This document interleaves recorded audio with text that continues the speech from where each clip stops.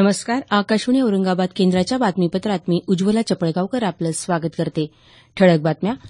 निवडणुकीदरम्यान दिली जाणारी आश्वासनं पूर्ण करण्यात येत असलेल्या अपयशाला राजकीय पक्षच जबाबदार, सरन्यायाधीश जे.एस. खेर. बालसुधारगृह चालवणाऱ्या स्वयंसेवी संस्थांना दिल्या जाणाऱ्या अनुदानात 1 एप्रिलपासून दुपटीनं वाढ करण्याचे मुंबई उच्च न्यायालयाचे आदेश. जुन्या नोटा बदलून देण्यासाठी आणखी वेळ देणार नाही केंद्र सरकार आणि देशात डॉ. बाबासाहेब आंबेडकरांच्या एक मत एक मूल्य संकल्पनेला क्षती पोहोचत असल्याचं कम्युनिस्ट नेते सीताराम येचुरी यांचं मत. आता सविस्तर बातम्या. राजकीय पक्षांकडून निवडणुकीदरम्यान दिली जाणारी आश्वासनं पूर्ण करण्यात येत असलेल्या अपयशाला राजकीय पक्षच जबाबदार असल्याचं मत सरन्यायाधीश जे.एस. खेर यांनी व्यक्त केलं आहे. निवडणूक मुद्द्यांशी निगडीत आर्थिक सुधारणा या विषयावरच्या परिसंवादात ते काल नवी दिल्ली इथं बोलत होते.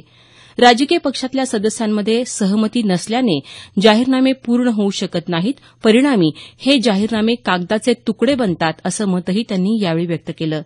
यावेळी बोलताना राष्ट्रपती प्रणव मुखर्जी यांनी लोकशाही बळकट होण्यासाठी निवडणूक पद्धत सक्षम असली पाहिजे, असं मत व्यक्त केलं. बालसुधारगृहे चालवणाऱ्या स्वयंसेवी संस्थांना दिल्या जाणाऱ्या अनुदानात 1 एप्रिलपासून दुपटीनं वाढ करण्याचे आदेश मुंबई उच्च न्यायालयानं राज्य सरकारला दिले आहेत.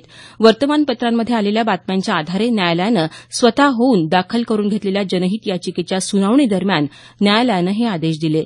सध्या प्रत्येक गतिमंद मुलामागे देण्यात येत असलेलं अनुदान वाढवून ते दरमहा 2,000 रुपये करावं, तसंच प्रशासकीय खर्चाचं अनुदानही प्रतिबालक 500 रुपये करण्याचे निर्देश न्यायालयानं दिले आहेत. त्याचप्रमाणे अन्य मुलांसाठीचं अनुदानही दरमहा 1,500 रुपये करण्याचे आदेश न्यायालयानं दिले आहेत. याशिवाय बालसुधारगृहाला ऐनवेळी लागणाऱ्या वैद्यकीय खर्चासाठी 5,000 रुपयांचा आपत्कालीन निधी उपलब्ध करून देण्याच्या सूचनाही न्यायालयानं दिल्या आहेत. सध्या प्रचलित असलेल्या मतदान केंद्रनिहाय मतमोजणीच्या पद्धतीचं केंद्र सरकारनं समर्थन केलं आहे.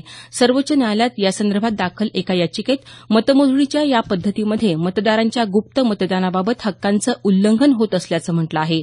यासंदर्भात सर्वोच्च न्यायालयात भूमिका मांडताना केंद्र सरकारनं या पद्धतीनं राजकीय पक्षांना आपली कामगिरी सुधारण्यास मदत होत असल्याचं सांगितलं.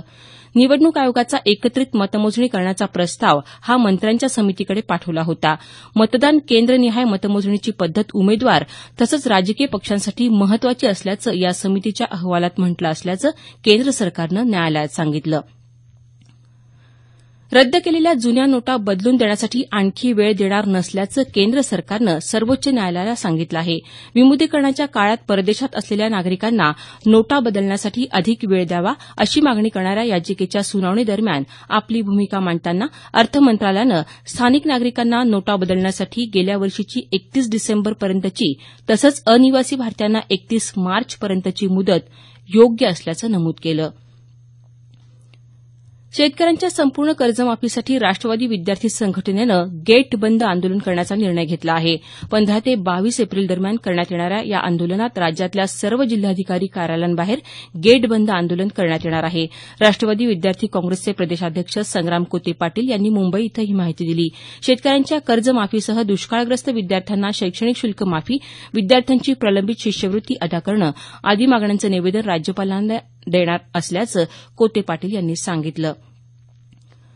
नागपूर मुंबई समृद्धी महामार्गाच्या संयुक्त मोजणीला नाशिक जिल्ह्यात शेतकऱ्यांचा विरोध वाढला आहे. जिल्हा प्रशासनाकडून सुरू असलेल्या या महामार्गाच्या संयुक्त मोजणीदरम्यान काल सिन्नर तालुक्यातल्या शिवडे इथं शेतकऱ्यांनी जाळपोळ करत सरकारविरोधात घोषणाबाजी केली. पोलीस पथक परिस्थितीवर नियंत्रण मिळवत असताना किरकोळ दगडफेक झाल्याचं वृत्त आहे. खऱ्या नुकसानग्रस्त शेतकऱ्यांनाच कर्जमाफी द्यावी, अशी मागणी एमआयएमचे औरंगाबादचे आमदार इम्तियाज जलील यांनी केली आहे.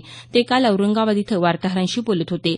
शेतकऱ्यांच्या कर्जमाफीसंदर्भात भारतीय स्टेट बँकेच्या अध्यक्षा अरुंधती भट्टाचार्य यांनी केलेल्या विधानाला आपला पाठिंबा असल्याचं ते म्हणाले.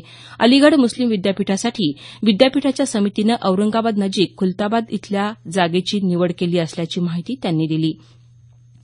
ज्येष्ठ समाजसेवक पद्मश्री डॉ. प्रकाश आमटे यांच्या लोकबिरादरी या प्रकल्पाला जागतिक आरोग्य संघटनेचा जन आरोग्य मोहीम पुरस्कार प्राप्त झाला आहे. नवी दिल्ली इथं एका समारंभात आमटे यांना हा पुरस्कार प्रदान करण्यात आला. आमटे यांच्या वतीनं त्यांचे पुत्र दिगंत आमटे यांनी हा पुरस्कार स्वीकारला. हे बातमीपत्र आकाशवाणीच्या औरंगाबाद केंद्रावरून प्रसारित केलं जात आहे. आमचं हे बातमीपत्र newsonair.com या संकेतस्थळावरही उपलब्ध आहे. व्यक्ती स्वातंत्र्याबरोबरच आता समता आणि बंधुभावावरही हल्ले होत आहेत असं सांगत देशात डॉक्टर बाबासाहेब आंबेडकरांच्या एक मत एक मूल्य या संकल्पनेला क्षती पोहोचत असल्याचं मत भारतीय कम्युनिस्ट पक्षाचे नेते खासदार सीताराम येचुरी यांनी व्यक्त केलं आहे. डॉक्टर बाबासाहेब आंबेडकर यांच्या जयंतीनिमित्त औरंगाबाद इथं पीपल्स एज्युकेशन संस्थेच्या अभियांत्रिकी महाविद्यालयात आयोजित करण्यात आलेल्या व्याख्यानात ते काल बोलत होते. सत्ताधारी पक्षाकडून भारतीय राजकारणाची होणारी वाताहत, डॉक्टर बाबासाहेब आंबेडकर यांचे विचार हा त्यांच्या व्याख्यानाचा विषय होता. तुमच्या खाण्यापिण्याविषयी तसंच राहण्याविषयीही नियमावली सरकार तयार करत असल्याची टीका त्यांनी यावेळी केली. भारतरत्न डॉक्टर बाबासाहेब आंबेडकर यांच्या जयंतीनिमित्त सामाजिक न्याय विभागातर्फे 14 एप्रिलपर्यंत डॉक्टर बाबासाहेब आंबेडकर सामाजिक सप्ताह साजरा करण्यात येणार आहे. या अंतर्गत जिल्हास्तरावर विविध कार्यक्रमांचं आयोजन करण्यात आलं आहे. औरंगाबाद इथं सामाजिक न्याय विभागाचे प्रादेशिक आयुक्त पी.बी. बच्छाव यांच्या हस्ते या सप्ताहाला प्रारंभ झाला. शासनाच्या विविध योजनांचा लाभ घेण्यासाठी मागासवर्ग लोकांनी पुढे येण्याचं आवाहन त्यांनी यावेळी केलं. बीड इथं निवासी उपजिल्हाधिकारी चंद्रकांत सूर्यवंशी, जालना इथं समाज कल्याण अधिकारी वाय गायकवाड यांनी, नांदेड इथं प्रभारी जिल्हाधिकारी संतोष पाटील यांनी तर लातूर इथं जिल्हाधिकारी पांडुरंग पोले यांनी या सप्ताहाचा शुभारंभ केला. छोटी साहित्य संमेलनं ही उद्याचे साहित्यिक निर्माण करण्याचं माध्यम असल्याचं मत साहित्यिक डॉ. संजीवनी तडेगावकर यांनी व्यक्त केलं आहे. काल औरंगाबाद इथं 3ऱ्या झेप राज्यस्तरीय मराठी साहित्य संमेलनाच्या अध्यक्षीय भाषणात त्या बोलत होत्या. भारतीय मराठी साहित्य संमेलनात लेखिकांना संधी दिली जात नसल्याची खंतही त्यांनी यावेळी व्यक्त केली. विविध क्षेत्रातल्या योगदानासाठी यावेळी मातोश्री हरणाबाई जाधव राज्यस्तरीय पुरस्कार प्रदान करण्यात आले. साहित्य क्षेत्रासाठी नांदेडचे एकनाथ सोनवणे, धुळ्याच्या लतिका चौधरी, बुलडाण्याचे बी.ए. खरात, सामाजिक क्षेत्रासाठी औरंगाबादचे विधिज्ञ संतोष झालटे आणि पत्रकारिता क्षेत्रासाठी अकोल्याचे पत्रकार दिलीप कुलकर्णी यांना पुरस्कार देऊन गौरवण्यात आलं. अहिंसेची शिकवण देणारे जैन धर्मीयांचे 24वे तीर्थंकर भगवान महावीर यांची जयंती आज साजरी होत आहे. उपराष्ट्रपती मोहम्मद हामिद अन्सारी, राज्यपाल सी विद्यासागर राव यांनी महावीर जयंतीनिमित्त जनतेला शुभेच्छा दिल्या आहेत. यानिमित्त ठिकठिकाणी शोभायात्रेसह विविध कार्यक्रमांचं आयोजन करण्यात आलं आहे. नाटक हे आजही अभिनयाचं सशक्त माध्यम असलं तरीही नाट्यलेखनात मात्र पूर्वीचा कसदारपणा राहिला नाही, अशी खंत ज्येष्ठ अभिनेत्री उषा नाडकर्णी यांनी व्यक्त केली आहे. उषा नाडकर्णी यांच्या लक्षणीय भूमिका असलेल्या व्हेंटिलेटर आणि रुस्तम या 2 चित्रपटांना राष्ट्रीय पुरस्कार मिळाल्याच्या निमित्तानं आकाशवाणीला दिलेल्या विशेष मुलाखतीत त्या बोलत होत्या. व्हेंटिलेटर चित्रपटासाठी दिग्दर्शक राजेश महापुस्कर यांनी घेतलेल्या कष्टांचं त्यांना बक्षीस मिळालं असं नमूद करतानाच चित्रपट दिग्दर्शकांच्या तसंच कलाकारांच्या नव्या पिढीतही अशी प्रगल्भता क्वचितच पाहायला मिळते असं परखड मतही त्यांनी व्यक्त केलं. ही संपूर्ण मुलाखत आकाशवाणी औरंगाबाद केंद्रावरून आज दुपारी 12 वाजता प्रसारित होणार आहे. 4 लाख रुपयांची लाच स्वीकारताना अटक करण्यात आलेल्या नांदेड जिल्हा परिषदेच्या माध्यमिक विभागाच्या शिक्षणाधिकारी सविता बिर्गे यांना 2 दिवसांची पोलीस कोठडी न्यायालयानं सुनावली आहे.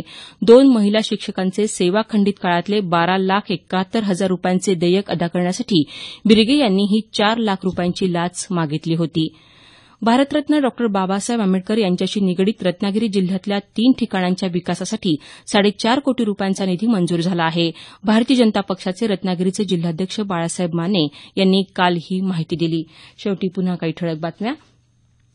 निवडणुकीदरम्यान दिली जाणारी आश्वासनं पूर्ण करण्यात येत असलेल्या अपयशाला राजकीय पक्षच जबाबदार, सरन्यायाधीश जे.एस. खेर.